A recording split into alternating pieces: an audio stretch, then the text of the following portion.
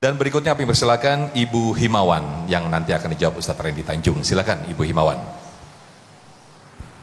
Terima kasih. Ya, sudah nyala Bu. Bismillahirrahmanirrahim. Assalamualaikum warahmatullahi wabarakatuh. Waalaikumsalam warahmatullahi wabarakatuh. Perkenalkan, nama saya Ibu Maya Himawan dari Majelis Taklim Anisa RW 03 Pondok Kelapa.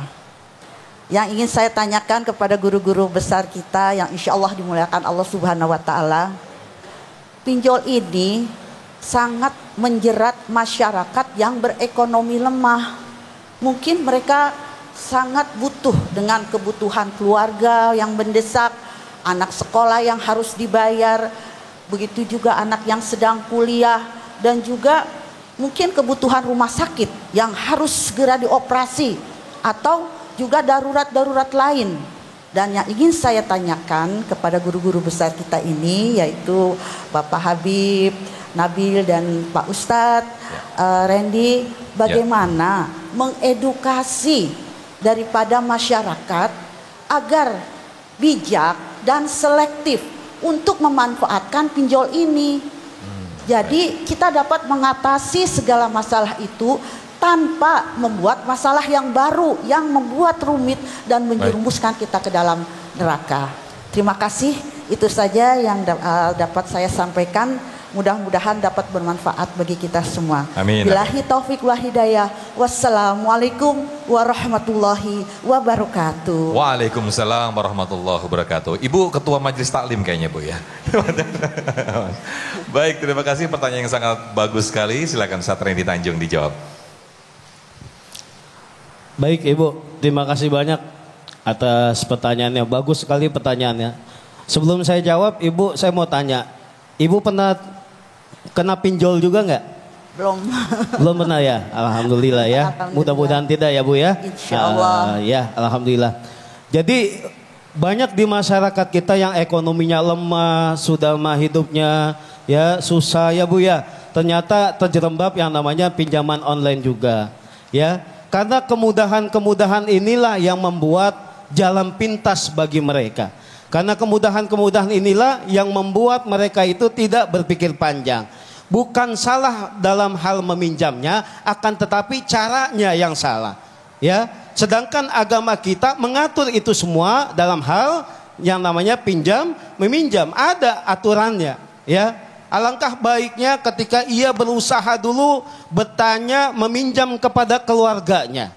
Alangkah baiknya setelah ia berusaha berjuang meminjam kepada keluarganya, belum juga dapat ke sahabat-sahabatnya, bahkan ke guru-gurunya nggak jadi masalah. Ya, seperti itu namanya berusaha. Yang jadi masalahnya adalah mereka selalu mencari jalan yang instan, selalu mencari jalan yang cepat bagaimana untuk mendapatkan pinjaman ini. Ya kan, terkadang ya, teman mana sih yang mau minjemin? Ya Bu ya. Sekarang zaman sekarang Ustadz susah, teman juga susah semuanya, nggak ada yang mau minjemin saya. Ya. Tapi sebaliknya Bu, banyak juga dengan alasan kenapa sih mau pinjam? Alasannya selalu banyak untuk pendidikan anak, untuk pendidikan anak.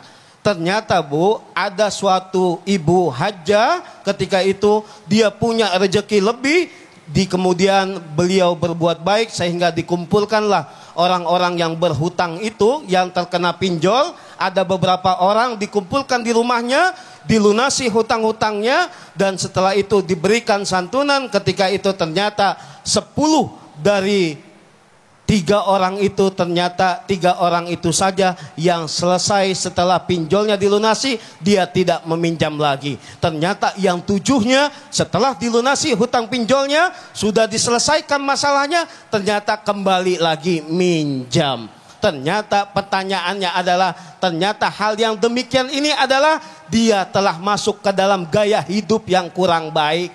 Gayanya tidak sesuai dengan kebutuhannya, lebih mementingkan kepada gayanya. Ketika sudah sulit, muncul anak minta, mak bayaran mak. Ketika kita sedang hidupnya sulit, muncul anak sakit. Bagaimana anak kagak sakit sementara orang tuanya ribut dengan istrinya. Bapaknya ribut dengan istrinya lantaran apa? Ayahnya tidak lagi bisa menafkahkan. Kenapa? Udah habis yang namanya dengan pinjaman online. Udah habis pikirannya, fokusnya. Sudah putus asa lantaran banyaknya teror. Lantaran banyaknya yang namanya ancaman-ancaman. Ketika itu suami istrinya berantem dan lain sebagainya, membuat anaknya psikologinya lemah. Ketika itu sakit, timbullah memperparah dirinya. Oleh karena itu, jangan mengambil kesempatan, maka berpikirlah, mengedukasilah diri kita, keluarga kita, bahwa ada loh cara yang lebih baik.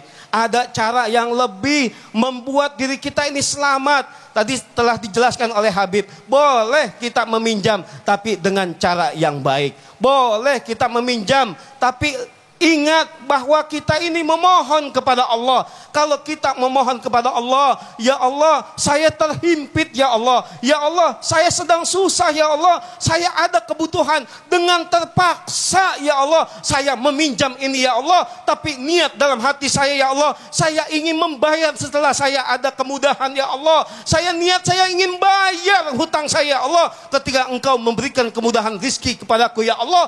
Ketika kita niatnya meminjam seperti ini, kebutuhan yang terdesak seperti ini, doa seperti ini, insya Allah ketika kita meminjam lantaran hal ini, niat kita seperti ini, pasti Allah berikan kemudahan untuk melunasinya, insya Allah. Insya Allah. Jadi jangan khawatir Bu ya.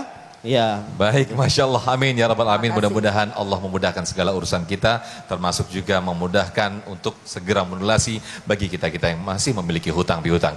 Nah pemirsa, masih ada satu segmen lagi di sesi tanya jawab. Tetaplah bersama kami di Damai Indonesiaku. Sesaat lagi kami kembali.